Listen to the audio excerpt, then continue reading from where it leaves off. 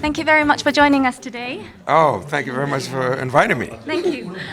Please tell us to start with what this International Jazz Day means to you. Freedom of expression. It's about teamwork. It's about being open and embracing many cultures, and forming a team. Working toward peace, toward harmony, and encouraging that in everyone, and also spreading hope, respect for every human being, respect for different ideas, different perspectives. Yes. And being non-judgmental, but also trusting others, and trusting yourself at the same time. Toward a continual process of evolution, of our own creativity, of our own ability to expand ourselves, to harmonize with each other. And the pursuit of a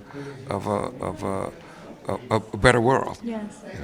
Now, I think that was exactly what you were sharing with us with the educational program titled Artists for Peace. Yes. Yes, and you were saying that on stage it's being non-judgmental and it's about creating harmony and blossoming. Can you tell us a little about what you shared with us there?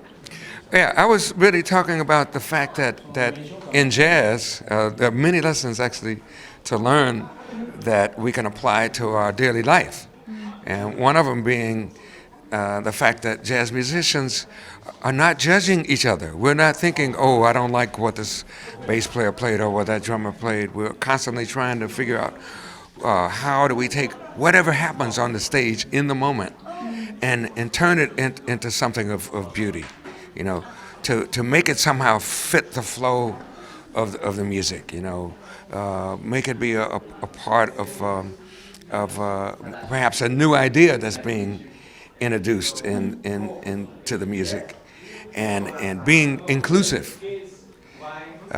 So those are lessons that we can apply to our daily life.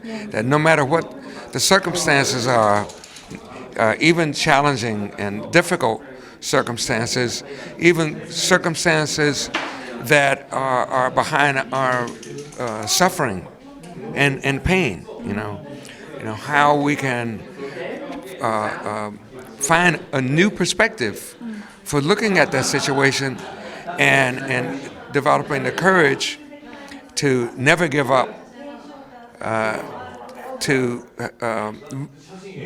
have the faith that you have the ability to not be defeated. Yes. Having that. I mean, sometimes we will be defeated. I mean, sometimes you may lose the battle, but the important thing is to win the war. So, I mean, these are the messages that are not hidden, but really exposed in jazz. And I think that's why so many people love jazz and what touches their heart about the music. May I ask you lastly, you're one of the most successful artists in the world and have made significant contributions in the music world. And I wonder, what is next for you and what is your message to the youth of the next generation? It's interesting that you should mention youth because I'm constantly thinking about young people. Yes. And in terms of music, I'm planning on working with some young musicians in their 20s.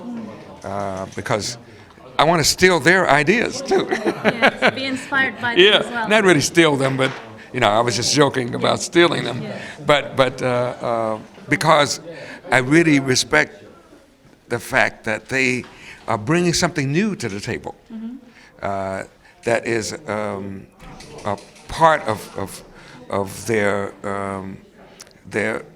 new energy, from their youth and their creativity and the times that we're living in now.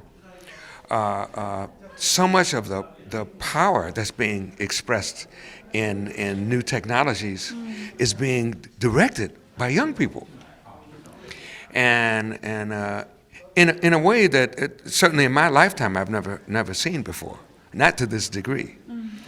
I mean, including Facebook and Tumblr and all these new things that they're not so new anymore.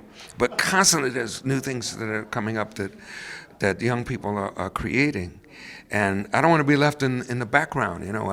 I get excited by these new ideas, and so hopefully I'll have something to share from my experience that I can bring to the table, and they bring new ideas to the table, and combining these things, perhaps I can come up with something that's fresh and new.